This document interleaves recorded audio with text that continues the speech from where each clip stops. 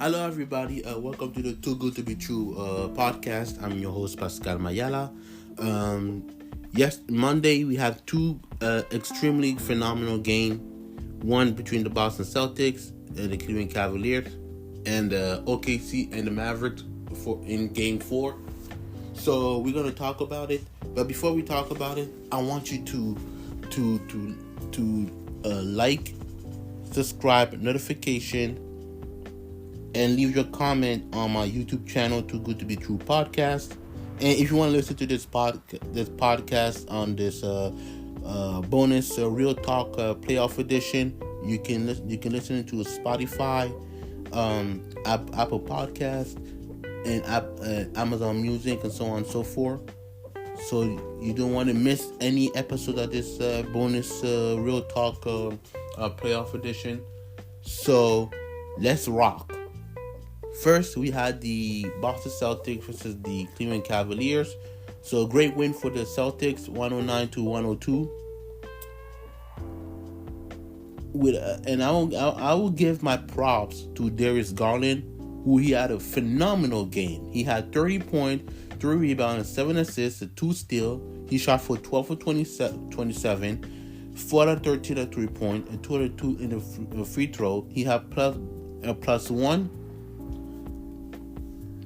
Without Donovan Mitchell, who had a calf strain injuries, and I would say this: Evan Mobley, he was amazing. 19 points, 9 rebound, 3 assists, 1 steal, and he shot for 8 of the 13 on the field goal, 1 for 1 for the 3-point, and 2 for 3 on the free throw line. Same thing for Caris LeVert, which I was in his ass paint. I was in his ass because he didn't show up.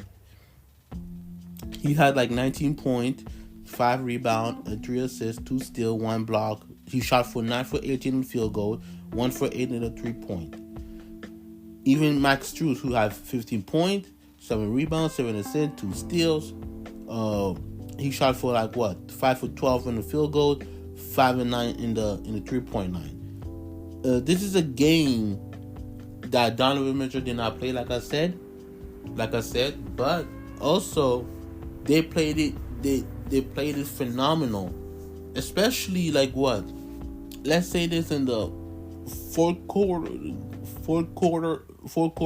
they almost had beaten, but the Boston Celtics came in with a victory, like I said, by Jason Tatum, who had a great game, 33 points, 11 rebounds, 5 assists, 2 steals, and 1 block.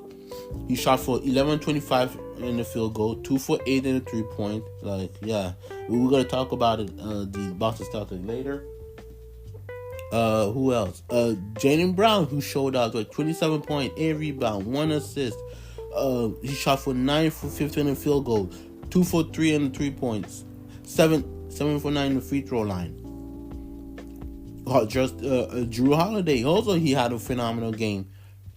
He got 16 points, 7 rebounds, 5 assists, 3 steals, 1 block. He shot for 6 for 11 in the field goal, 4 for 8 in the 3-point.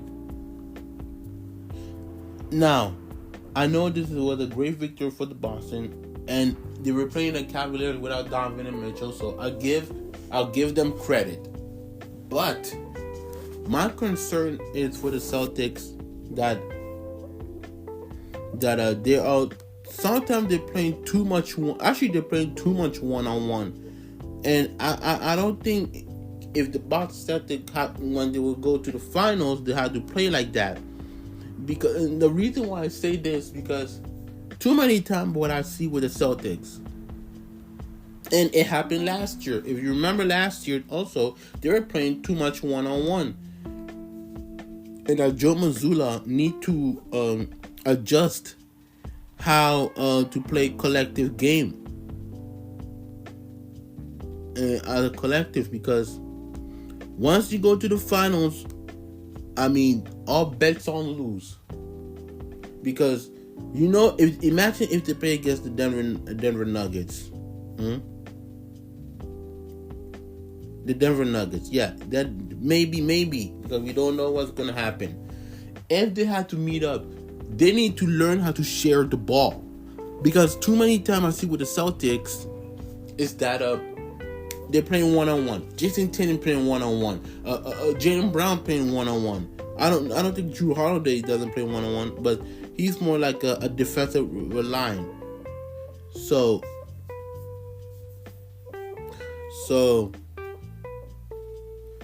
they need to Joe Mazzulla need to fix the situation on team ball first, because you can do that in the regular season, but when it comes to the playoff, the playoff is a little bit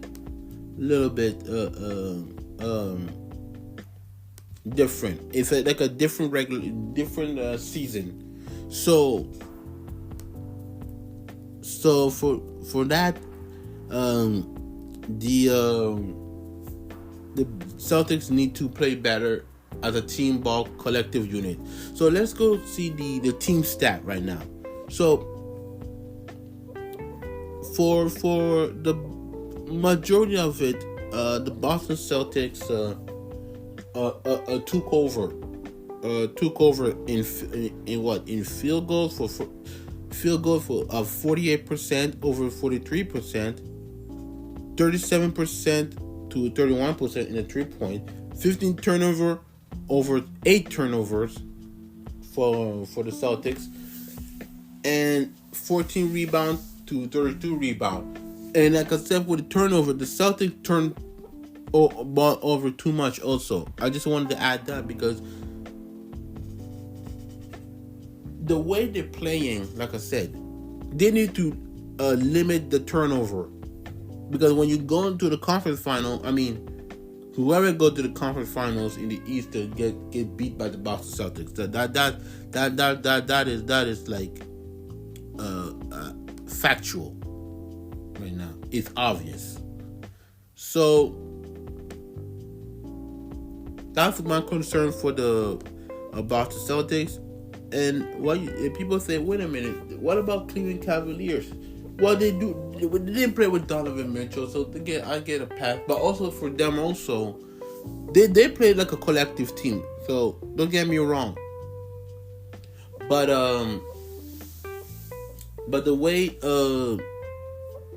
they're playing the Celtics, they need to learn to share the ball. That's all I gotta say about that for now. Switching gear right now, let's talk about the OKC versus the Mavericks Game 4. Great win for the OKC, 100-96.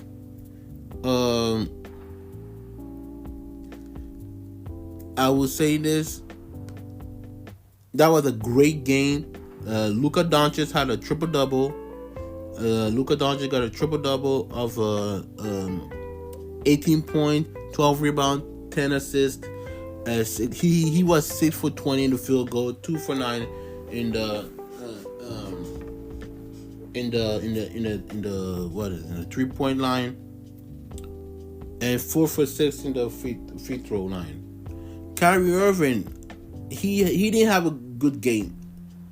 You know, he got 9 points. So I got 9 points, one rebound, 9 assists. You know, he was 4 for 11 in the field goal, 0 for 2 in the 3-point, and 1 for 2 in the free throw line.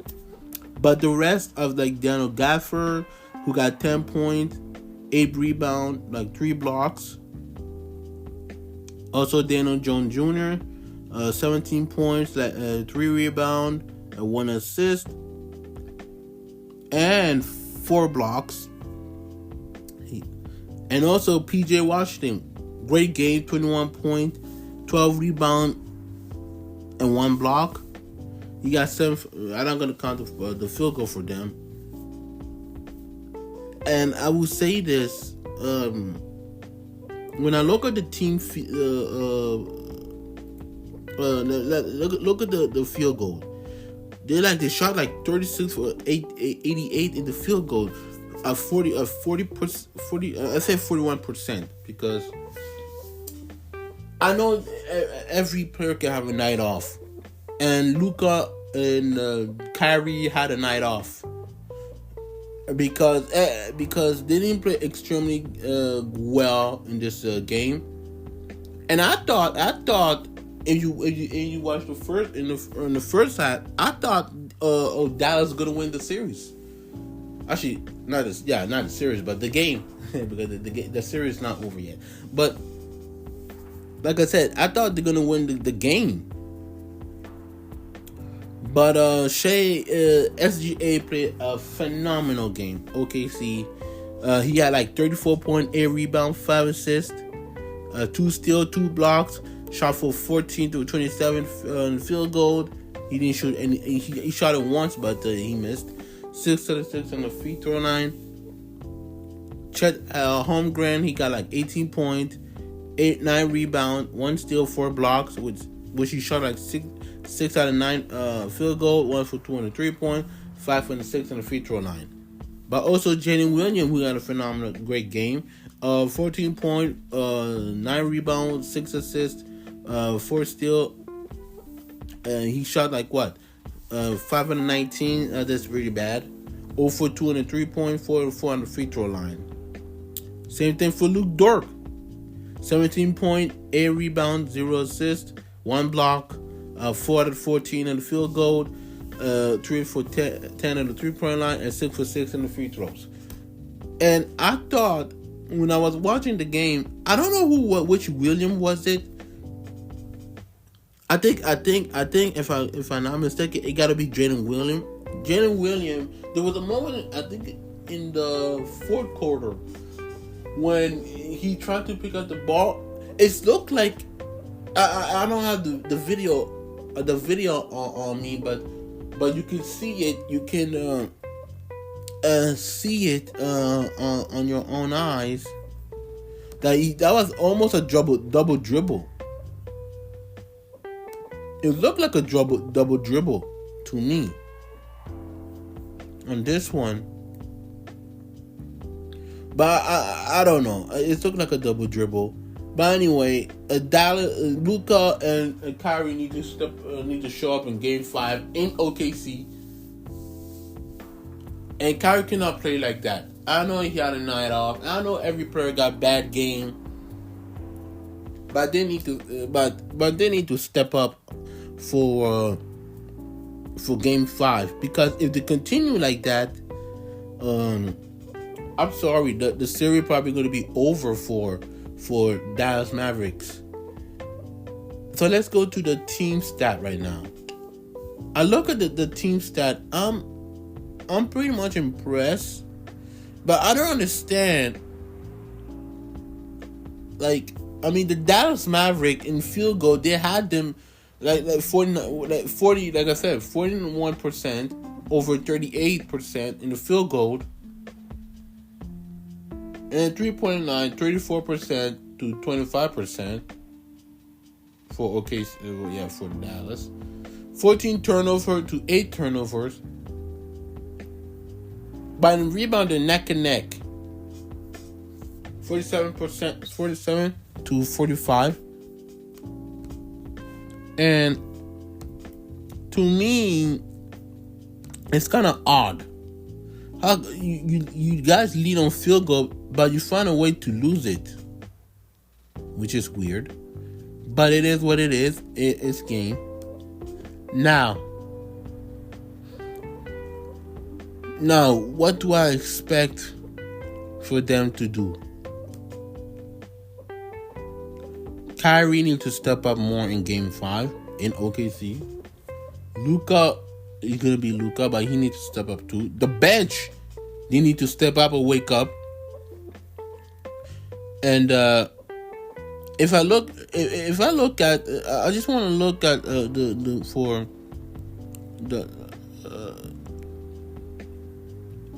box score right now. I just want to look at something for Kyrie.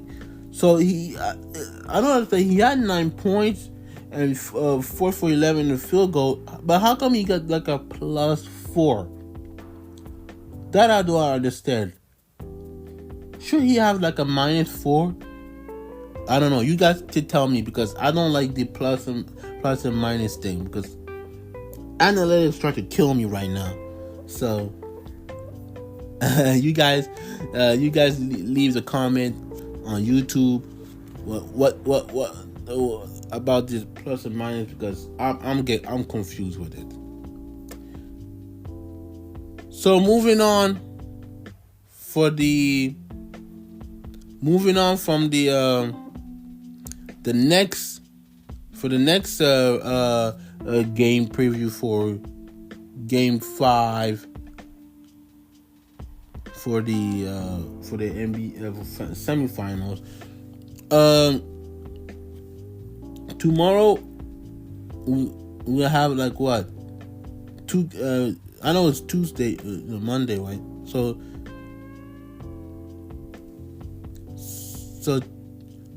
wait, well, you're like Tuesday, right? So that means I'm Wednesday morning and I am in in France. So Tuesday is gonna be there. So Tuesday we have the Pacers at Pacers versus the Nets at Madison Square Garden. Game 5. I'm just kidding. And Minnesota Timberwolves at Denver. So what do I expect for this preview? Let's start with the Indiana Pacers. The Indiana Pacers should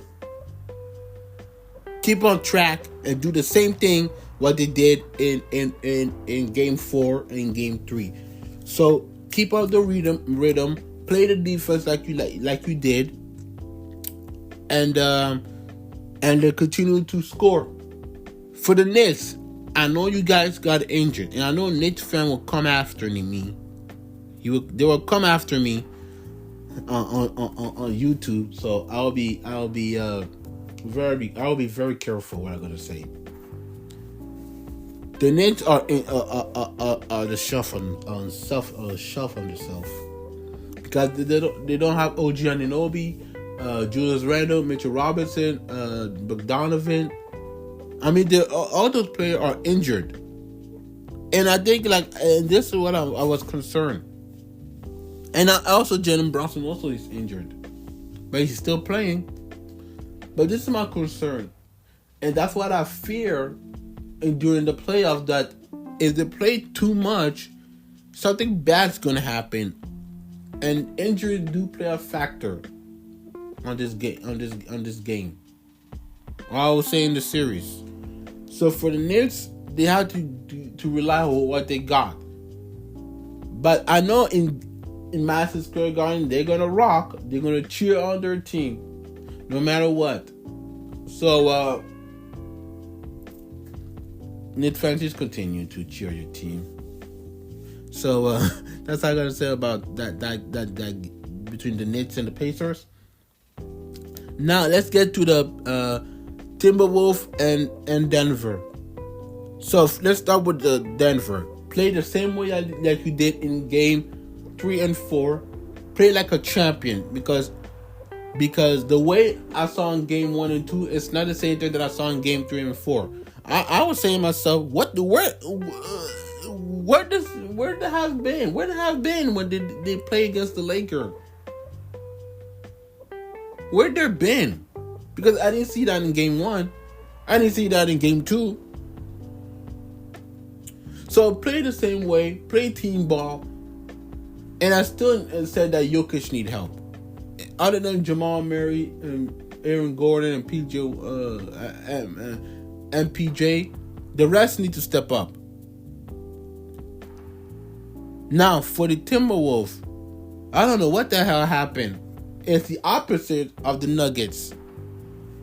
You beat them in Game 1 and 2 at their home, and you lose Game 3 and 4 at your home.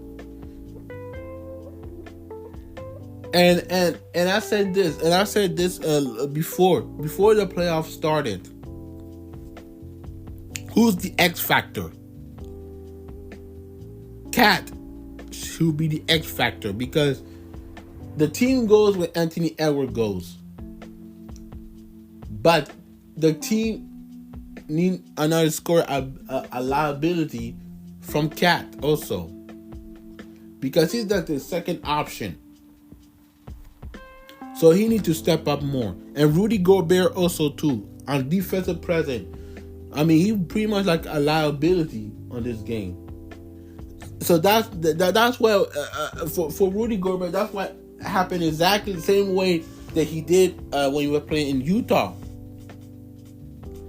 Is that there's moments that he's not really available, because you know when they will go small, and you know when they're gonna go smaller. I said smaller. I mean, he's getting embarrassed. Also, he's a 4-time Defensive Player of the Year. So he needs to step up. So that's what I gotta say about that today.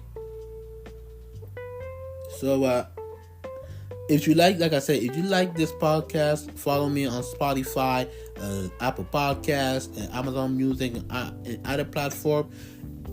And if you want to listen to this on YouTube, because all the playoff edition is also available on YouTube, you can write Too Good to Be True podcast with Pascal Mayala. And that you can listen to other previous show topic that I talked about on YouTube. Like I said, on YouTube, like, subscribe, notification, and leave your comment. So until then, see you tomorrow.